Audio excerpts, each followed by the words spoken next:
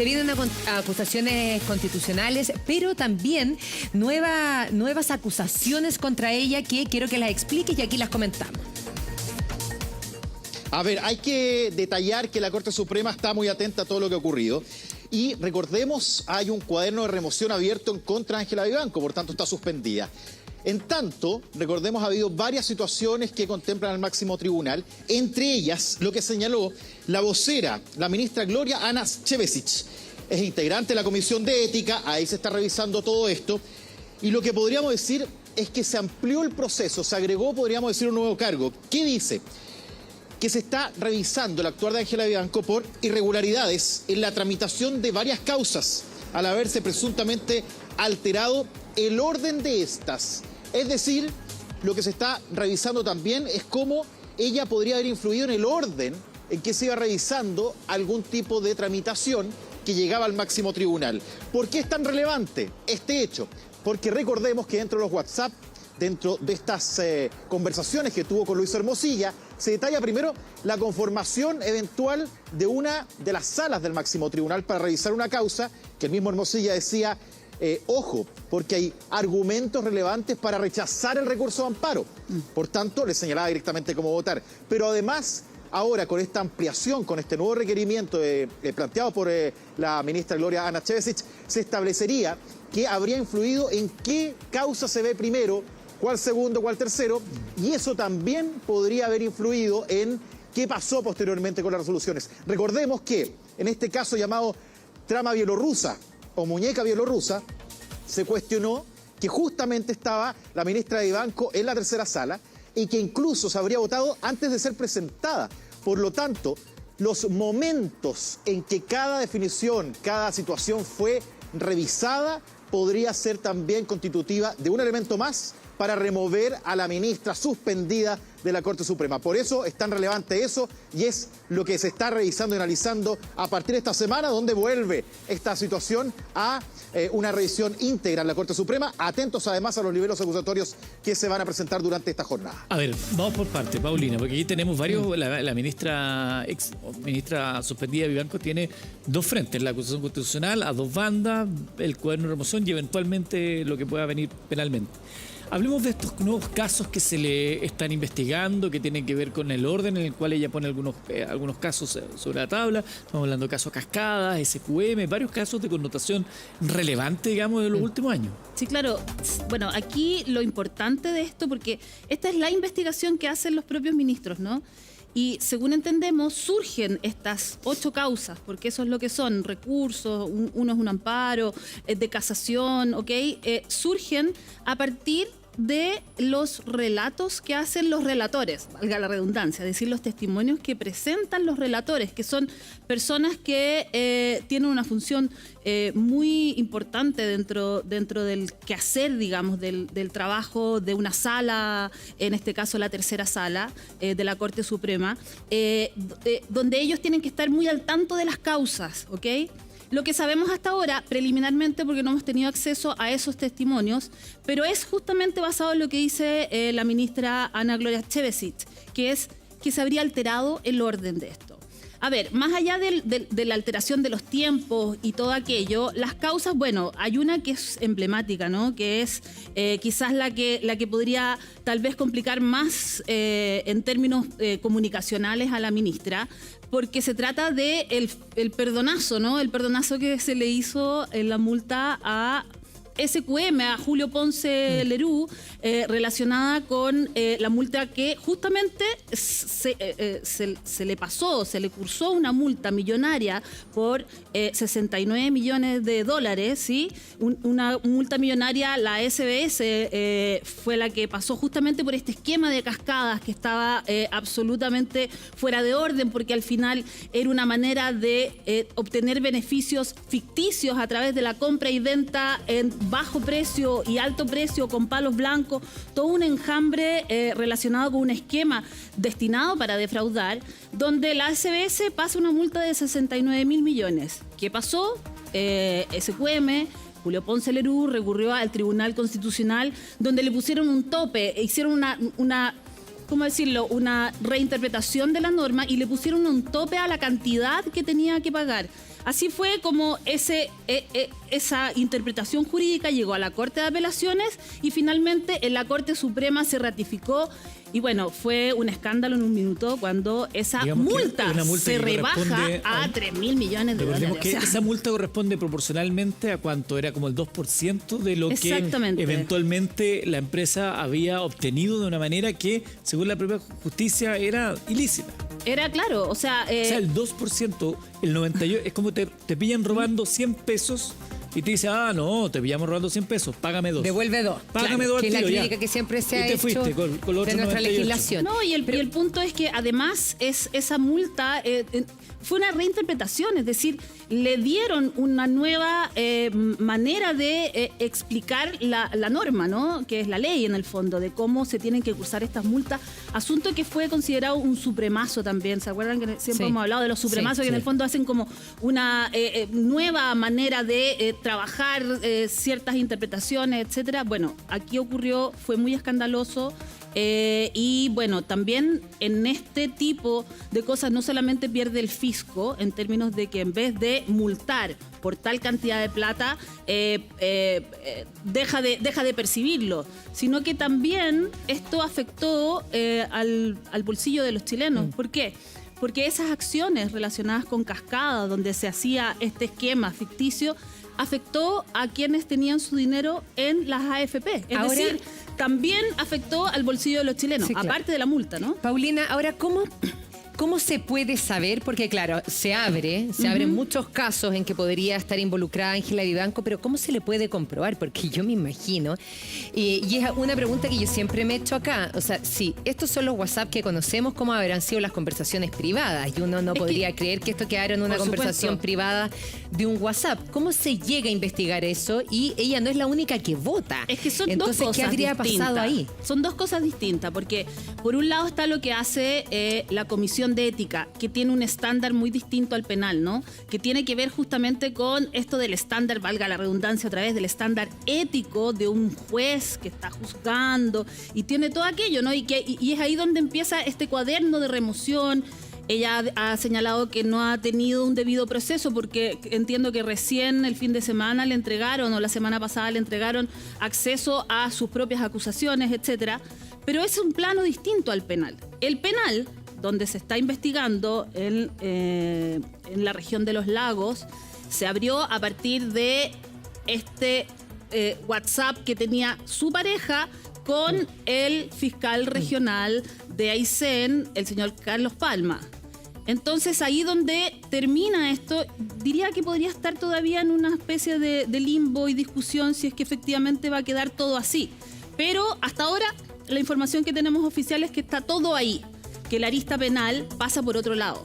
Por ejemplo, en el caso de su pareja, tiene que ver con si es que hubo o no hubo un cohecho en el supuesto ofrecimiento que hizo a través de WhatsApp de doctorado y un cargo al cual tenía que presumir que pudiera en algún minuto aparecer un fiscal nacional de su conveniencia y de ahí poder nombrarlo. Es decir, tiene varios pasos anteriores a poder concretar ese ofrecimiento. Pero la arista penal, lo que tú dices, ¿cómo se investiga? Levantando cuentas. Es decir, uno se podría preguntar, no lo estoy afirmando, ¿habrá recibido quizás la ministra o algún juez algún beneficio económico, algún viaje, alguna propiedad, no tengo idea, por su conducta, su actuar, su aceleración o su retención de causas o su voto, no tengo idea? Eso es una pregunta legítima a esta altura, ¿no? ¿Tendrá a lo mejor alguna incidencia que la pareja tenga que ver con estos nombramientos? ¿Recibirá la pareja tal vez también alguna motivación económica para poder ofrecer o no ciertos cargos? ¿Tendrá que ver ella con el nombramiento de el círculo que involucra justamente a, no sé, fiscal nacional o quizás notarios y conservadores? Son preguntas que uno se tiene que hacer y claro, la manera de investigar eso es, como dice la teoría, seguir el dinero, follow the money, y también ver efectivamente si es que hubo, por ejemplo, contactos entre ella y la empresa bielorrusa. En algún minuto ¿Se contactó a alguien con ella? Yo supondría que ella lo habría negado, ¿no? Lo habría negado incluso ante el Tribunal de Ética. Mario Antonio, ahí respecto a esta cuaderno de remoción, mucho se ha dicho de la posibilidad de que ella renuncie. Ella ha dicho que no. Pero bueno, hubo un ministro de Educación que hasta una hora antes de que renunciar decía que no iba a renunciar. Si se da eso, se termina el cuaderno de remoción, ¿qué pasaría con las otras, con la acusación constitucional, por ejemplo? Claro, lo que sucede es que son planos distintos para que la gente lo entienda. En este minuto Ángela Vivanco tiene tres posibilidades de ser impugnada, podríamos decir. En su trabajo probablemente tal, que es la Corte Suprema, en la arista penal, donde se le debería comprobar que cometió o no, como decía muy bien Paulina, delitos, tanto respecto de las gestiones con el fiscal Palma, como también en esta situación del consorcio bielorruso, que además ha sido impugnado internacionalmente, después de la reelección del presidente Lukashenko, y está la situación de la acusación constitucional, que es más política en términos de que si se llega a aprobar una acusación constitucional, ella no puede ejercer cargos públicos, al igual que pasó con Andrés Chadwick, por 5 años. En la parte de la Corte Suprema, para explicárselo a la gente en fácil, los presidentes de la sala son dueños y señores de la sala. Y por lo tanto, el poder que tienen ahí, los relatores son abogados, que son los que le informan la causa a los ministros y le explican el caso en fácil, podríamos decirlo así. Por ejemplo, una causa que puede tener 2.000 o 3.000 o 5.000 páginas, ellos lo tienen que resumir en 20 minutos, para que la gente lo entienda. 20 minutos. En 20 minutos. Entonces, a un relator le llama mucho la atención que una causa tan grande como Cascada, primero le aceleren la relación, que es le aceleren la lectura de este caso. Y luego no tomen en consideración lo que el relator o esta persona señala que son los puntos básicos. Y ahí es donde están las impugnaciones, que además los relatores son subordinados de los ministros y ministras supremos, y ellos pidieron garantías a la Comisión de Ética para poder revelar esta situación, porque les llamaba también la atención, aparte del consorcio bielorruso, lo que había sucedido desde que llegó Ángela Vivanco a la Corte Suprema. También hay que recordar que en esa sala... ¿Cómo así? ¿Por qué? Sí, porque ellos son subordinados. Es decir, un relator casi siempre lo que aspira es que después de estar trabajando mucho tiempo bajo un ministro de la Corte Suprema, puedan ser ministros de Corte de Apelaciones. ¿Ya? ¿Y qué pasó cuando ella llegó? Cuando ella llegó, lo que sintieron es que primero ordenaba hacer relaciones muy rápidas, es decir, que personas se tuvieran que leer en 1, 2 o hasta 3 días, 5.000, 6.000 páginas, casos complejos, porque ella está en la sala constitucional, que es la sala que, aparte de revisar cuestiones de dinero, revisa supuestamente infracciones a la Constitución respecto de los negocios, respecto del Estado con las personas,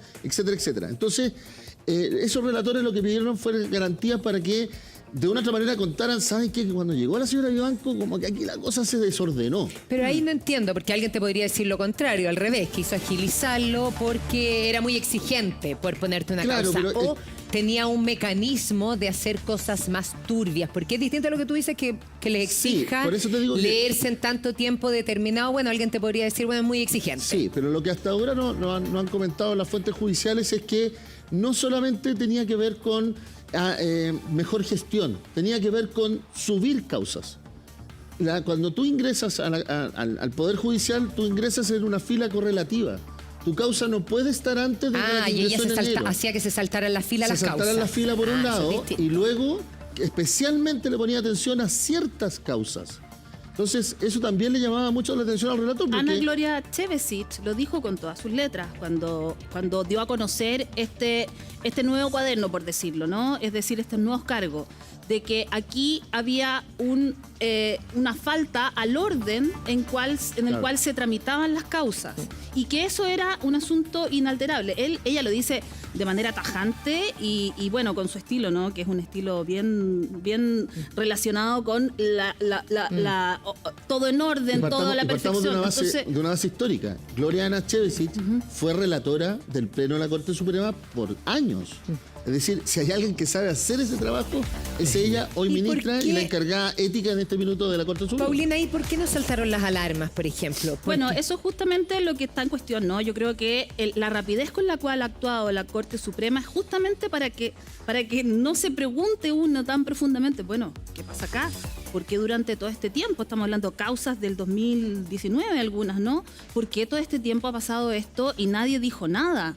Este también es un golpe para la Corte en completo, ¿no?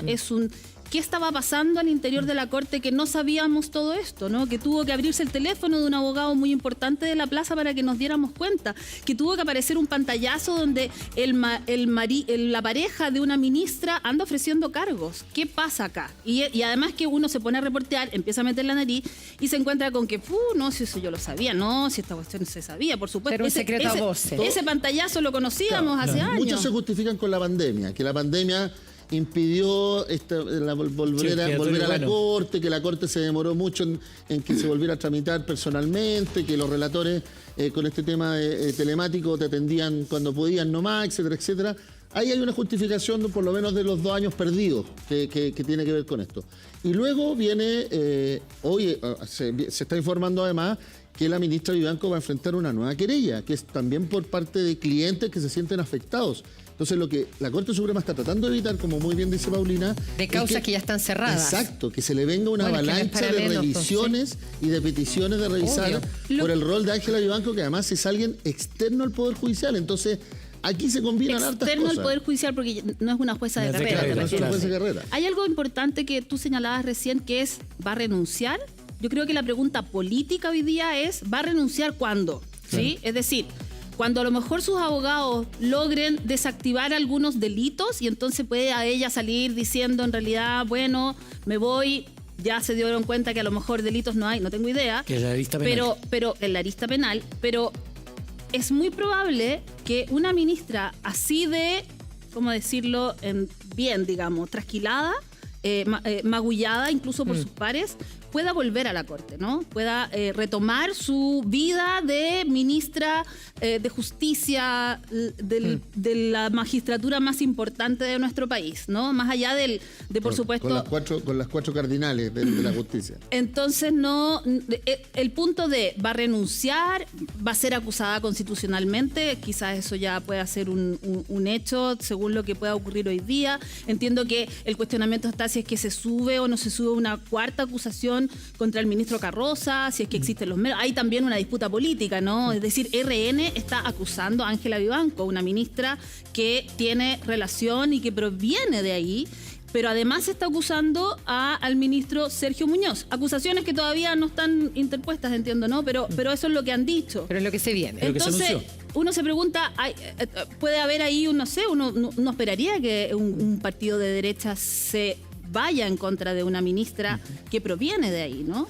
Ella militó en el partido. Fue candidata en algún momento. Exactamente. Por Viene esa ella es una ministra muy política, ¿no? Y por lo mismo también es una ministra que tiene un trabajo comunicacional que hoy día le juega un poco en contra, ¿no? Porque ya vimos lo que pasó con las ISAPRES y también, de nuevo, una manera de achicar una cifra, ¿sí?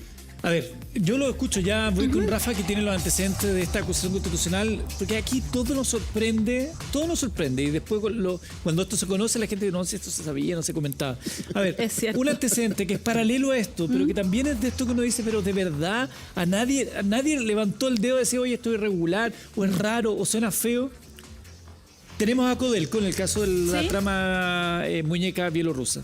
Y tenemos a este consorcio CVM, ¿cierto? Uno de los socios de CVM es una empresa que se llama Movitech. Movitech es asesorada por un señor que está casada con la hija del presidente ejecutivo Codelco.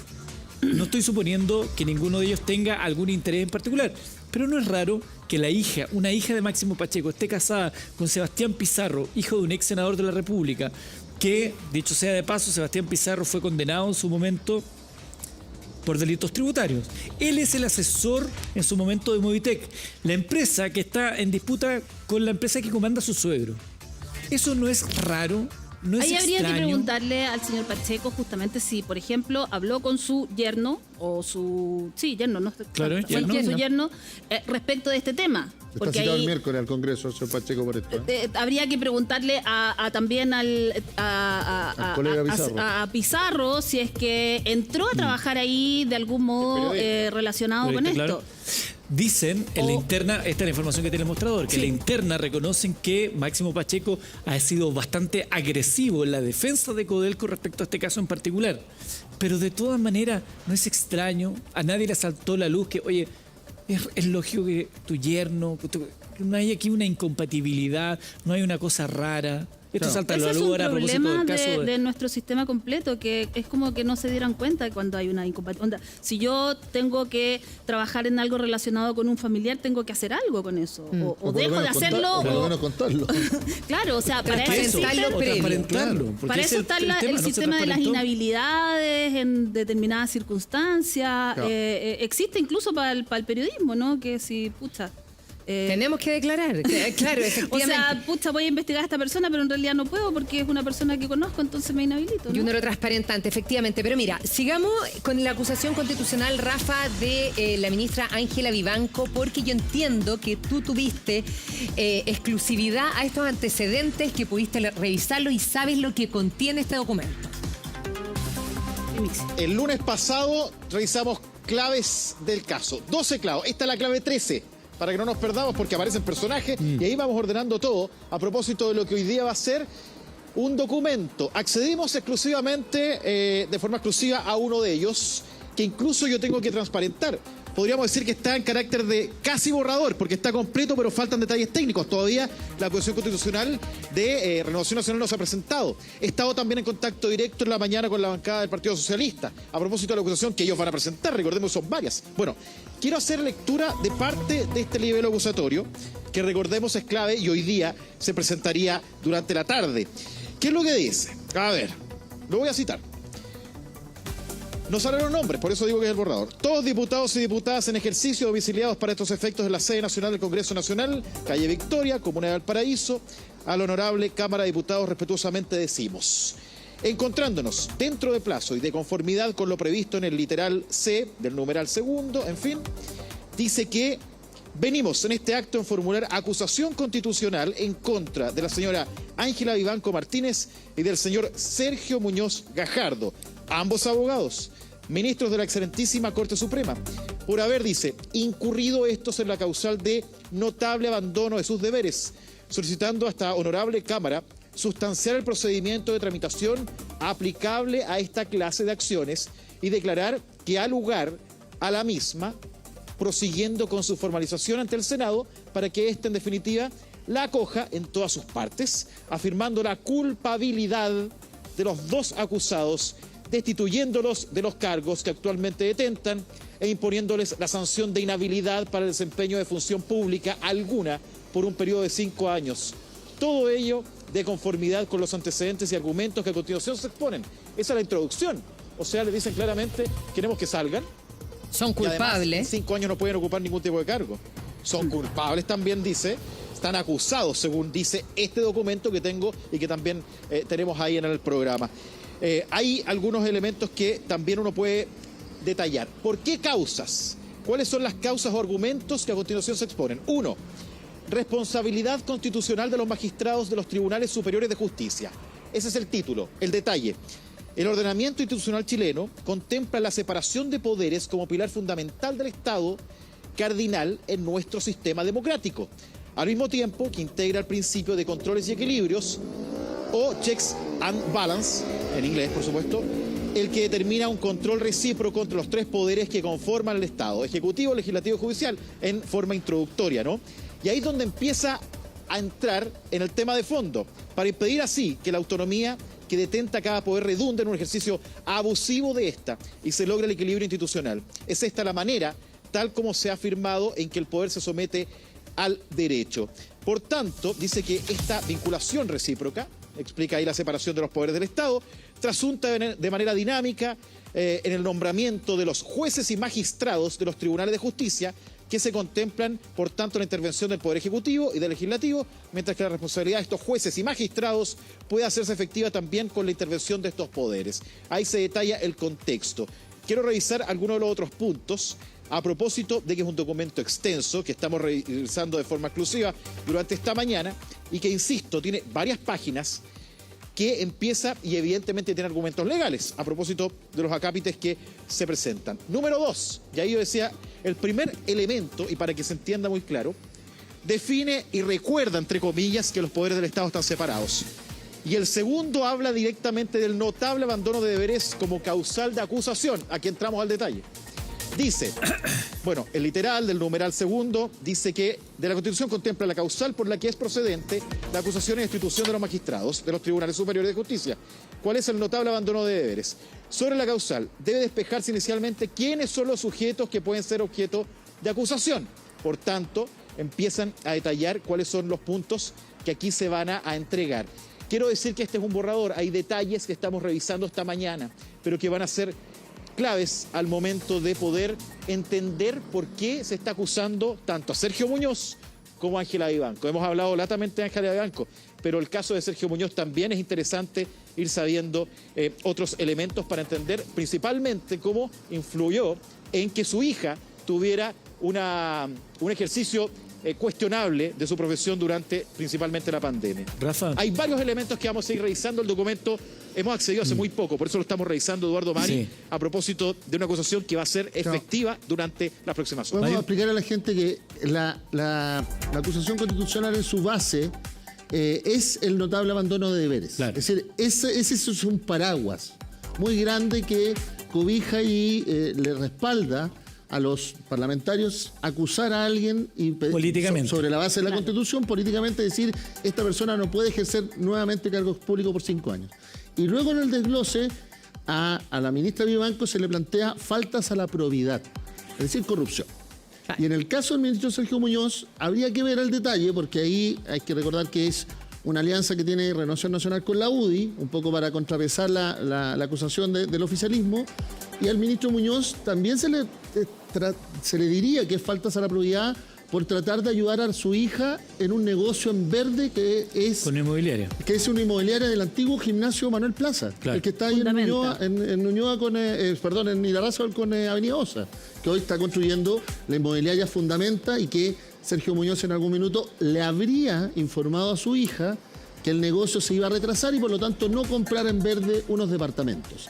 Ese gesto de un ministro de la Corte Suprema con una hija que es jueza de garantía para negocios propios también serían falta de la probidad, que es una situación distinta a la que está viviendo hoy Ángela Vivanco, producto de la investigación de nuestros compañeros de CIPER, pero que está rondando hace harto rato en la Corte Suprema y nuevamente en la tercera Mira, sala. agreguemos algo.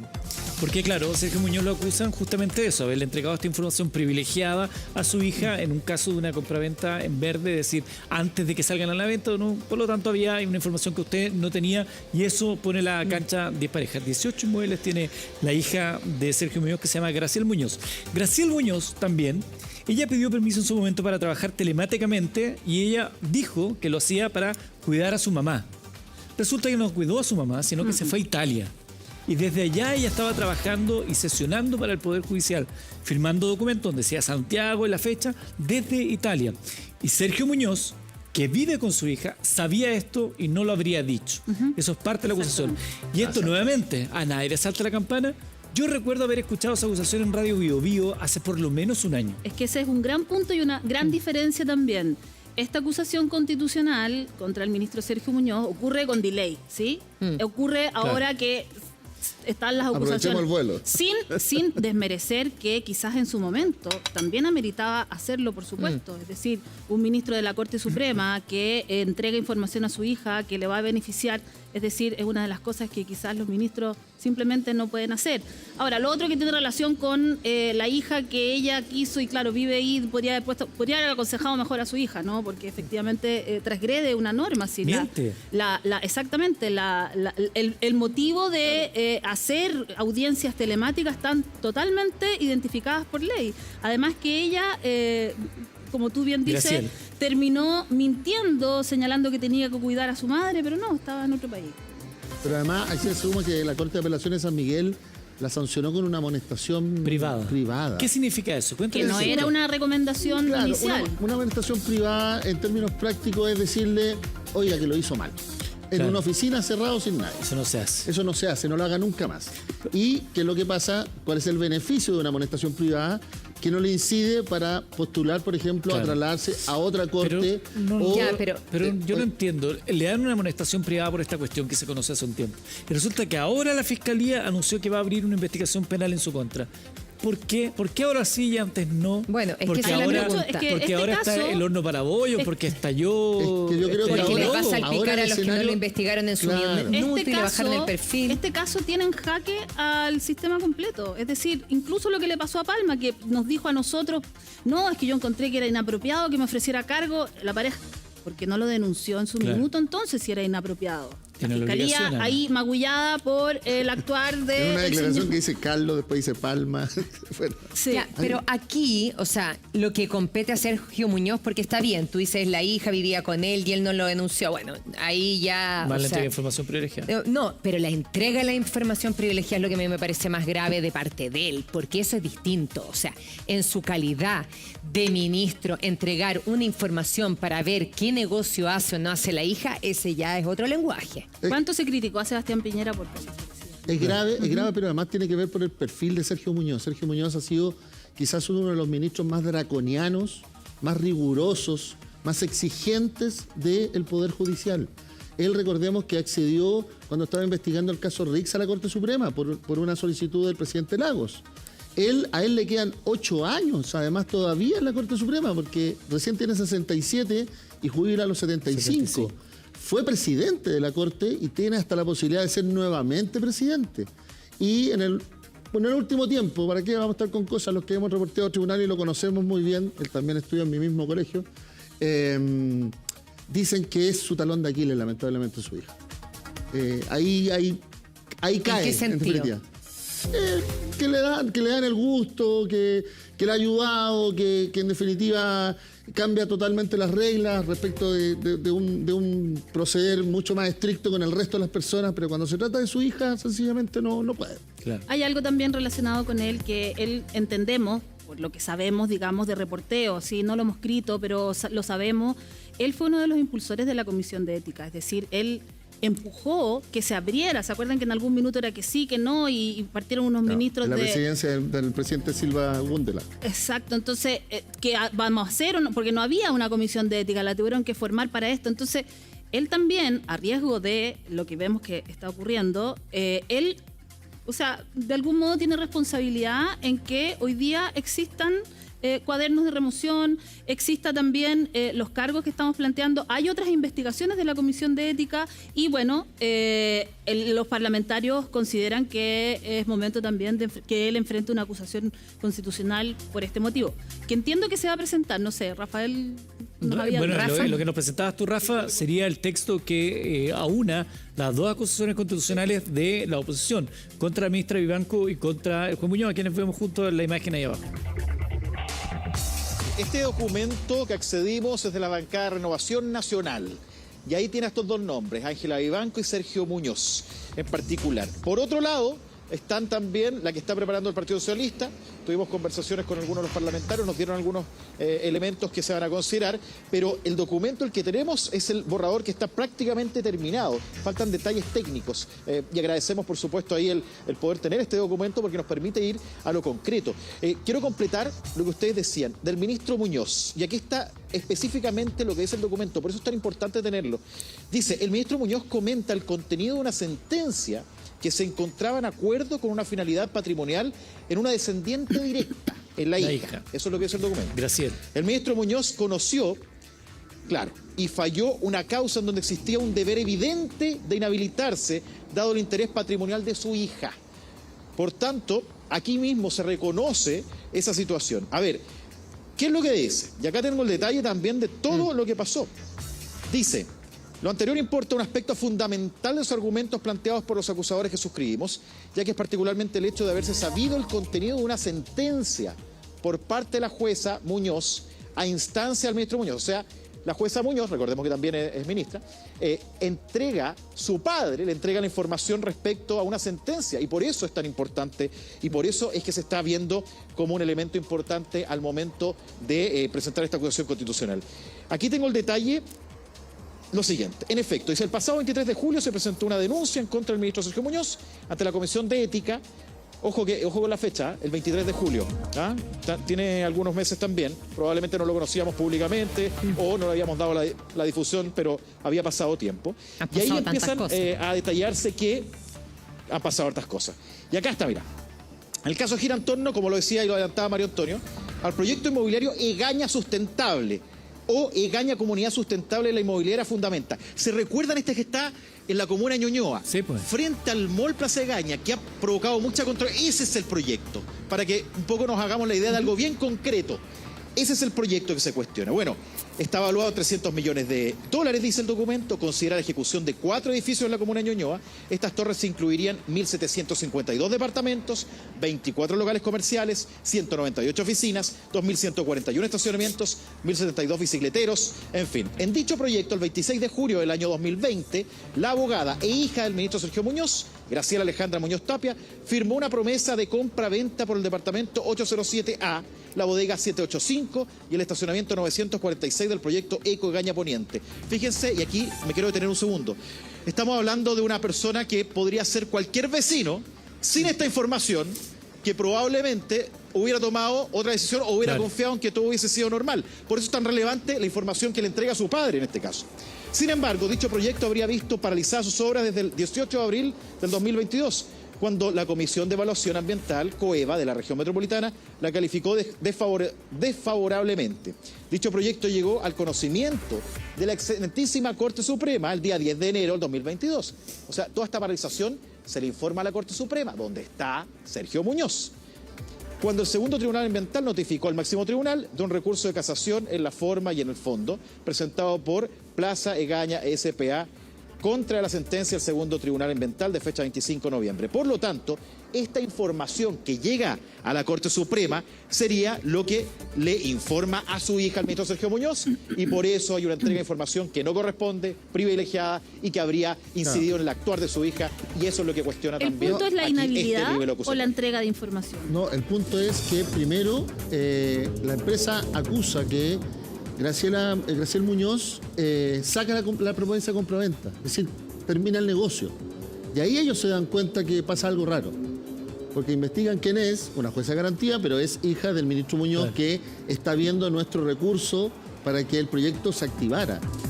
Porque el proyecto lo que tenía ahí, el reclamo era el tema de la sombra, el tema de la cantidad de estacionamiento, que está frente al otro mall, etcétera, etcétera, que el metro, la cuestión. Entonces, lo que se activan las alarmas en ese tiempo es que ella exige que le devuelvan el dinero, elimina la promesa, y ahí empiezan a decir, pero ¿cómo sabe tanto esta clienta? Claro.